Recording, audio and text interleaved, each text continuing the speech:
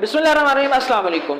दोस्तों, मैं हाजिर हूँ एक नई वीडियो के साथ। जो दोस्त मेरी वीडियोस को कंटिन्यूसली वॉच कर रहे हैं उनको पता होगा कि जनाब हम जो है वो मॉडल वर्क को कर रहे हैं। इसी सिलसिले की आज की वीडियो इंतहाई अहम होने वाली है और इस वीडियो का इस्तेमाल उन लोगों की जिंदगी में बहुत ज्यादा होता है जो लोग अंग्रेजी को बोलना जानते हैं और जो बोलना चाहते हैं उनके लिए ये वीडियो बहुत ही खास होने वाली है। तो इस वीडियो को आखिर तक लाजमी देखिएगा जी। तो दोस्तों, मैं आज की वीडियो में आपको बताऊंगा वुड दैट का इस्तेमाल, आई विश और वुड दैट फिक्रों में किस तरह इस्तेमाल होते हैं, जिनका मतलब होता है काश।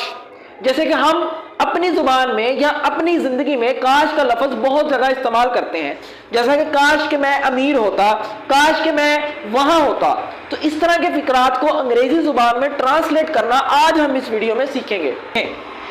यूज ऑफ वुड और आई विश, ये दोनों एक ही तरह के फ्रेजेज हैं, इनका एक ही मतलब है। वुड दैट और आई विश का मतलब जो होता है, ये दोनों का मतलब होता है काश। यानी जहां भी आपने लफ्ज काश इस्तेमाल करना है वहां पे आप वुड दैट या आई विश का इस्तेमाल कर सकते हैं। यानी और जहां पे आप ख्वाहिश, पछतावे या अफसोस को बयान करना चाहें, ऐसी ख्वाहिश जो पूरी नहीं हुई और ऐसे ही अफसोस या पछतावा हो, उसको बयान करने के लिए भी आप वुड दैट और आई विश को इस्तेमाल कर सकते हैं। दोस्तों, इसका इस्तेमाल बहुत ही आसान है और अगर आप इसको कर लेते हैं तो अंग्रेजी जुबान बोलने में आपको इंतहाई अहम और इंतहाई जबरदस्त पॉइंट आपके हाथ में आ जाएगा। तो बढ़ते हैं अपने फिक्रात की तरफ। देखें, वुड दैट का मतलब होता है काश। वुड दैट का मतलब होता है काश, लेकिन इसका इस्तेमाल हम कैसे करेंगे फिक्रात में? अगर हम माजी में बात करें ऐसी ख्वाहिश या ऐसे पछतावे की जो माजी में पूरा नहीं हुआ होता, तो उस वक्त जो है हम जो है वो वुड दैट का इस्तेमाल करते हैं।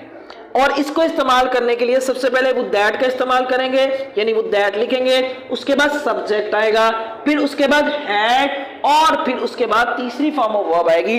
मैंने आपको बताया कि हैड जहां भी आएगा उसके बाद तीसरी फॉर्म ऑफ वर्ब ही आती है और उसके बाद फिर ऑब्जेक्ट आएगा। इस तरह के फिक्रात में आप कुछ इस तरह की सेंस देंगे कि काश मैं वो काम कर लेता, यानी गुजरे हुए जमाने में जो आपकी ख्वाहिश पूरी नहीं हुई आप उसको बयान कर सकते हैं। काश के हम क्रिकेट मैच जीत जाते, काश के वहां वक्त पर पहुंच जाता।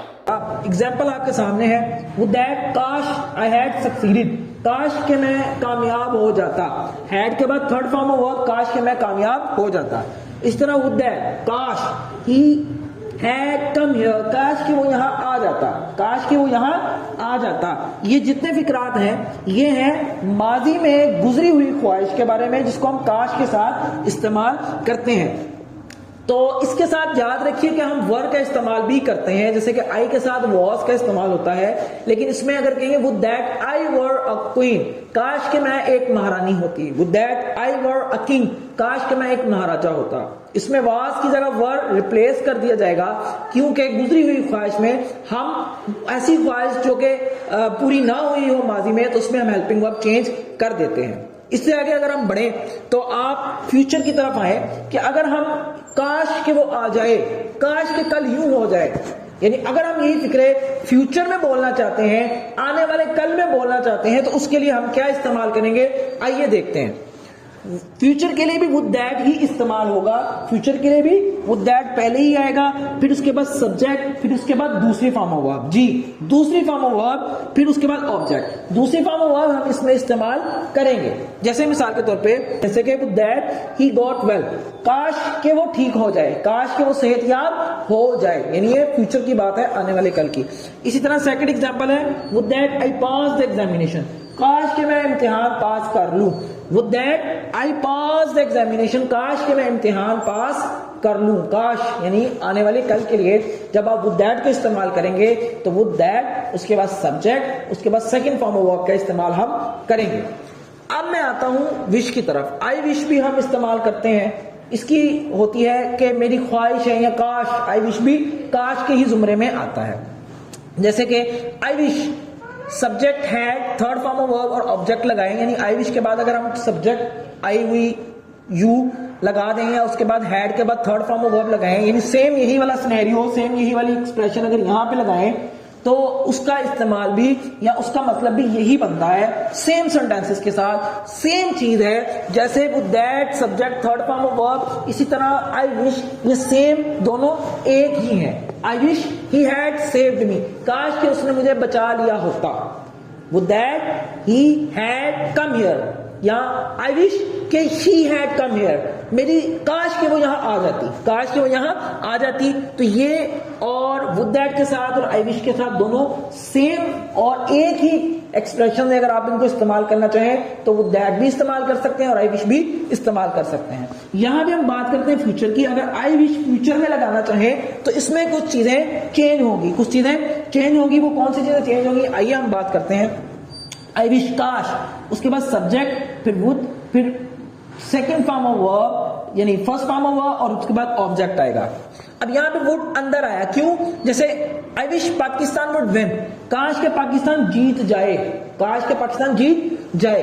अब इसमें हम कहेंगे I wish Pakistan will win, नहीं, बिल्कुल नहीं, क्योंकि विश आया, हम ख्वाहिश कर रहे हैं। इसी तरह हम ख्वाहिश के लिए हम वुड का इस्तेमाल करते हैं, ख्वाहिश के लिए हम वुड का इस्तेमाल करते हैं। I wish Pakistan would win, मैं उम्मीद करता हूं, या I wish Pakistan would win, काश के पाकिस्तान जीत जाए। तो जब भी हमने आई विश के साथ फ्यूचर के टेंसेस बनाने हैं उस वक्त हम आई विश, उसके बाद सब्जेक्ट लगाएंगे, उसके बाद वुड के साथ फर्स्ट फॉर्म ऑफ वर्ब लगेगी। इसी तरह I wish Kashmir would be free, काश के कश्मीर आजाद हो जाए, काश के कश्मीर आजाद हो जाए। जी, तो ये टोटल आज का एक लेक्चर था।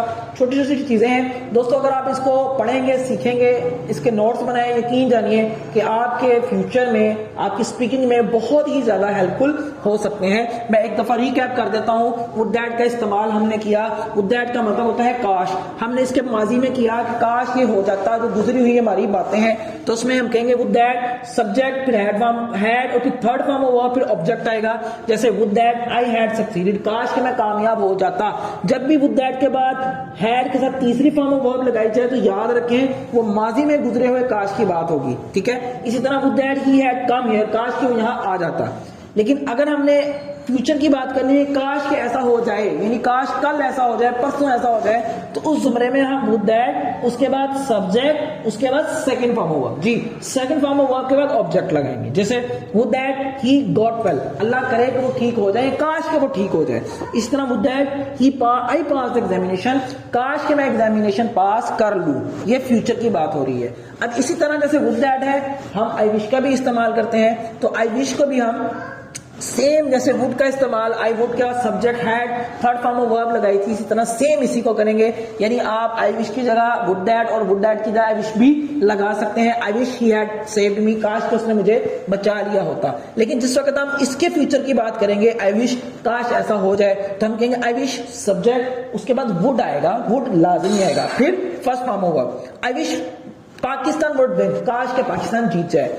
I wish Kashmir would be free, काश के कश्मीर फ्री हो जाए। उम्मीद करता हूं आज का लेक्चर आपको समझ आ चुकी होगी। तो अगर आपको कोई जरा समझ ना आई हो, अगर आपको इसमें भी कंफ्यूजन हो, तो आप मुझे मैसेज कर सकते हैं मेरे व्हाट्सएप नंबर पे, और हमारे साथ जुड़े रहिए, देखते रहिए सेल इंग्लिश, और अपनी कीमती आराम से मुझे नवाजते रहिए। नीचे मेरी वीडियो को शेयर करें, कमेंट्स करें, और अपना बहुत सारा ख्याल रखें। जज़ाकल्लाह, अल्लाह हाफिज़।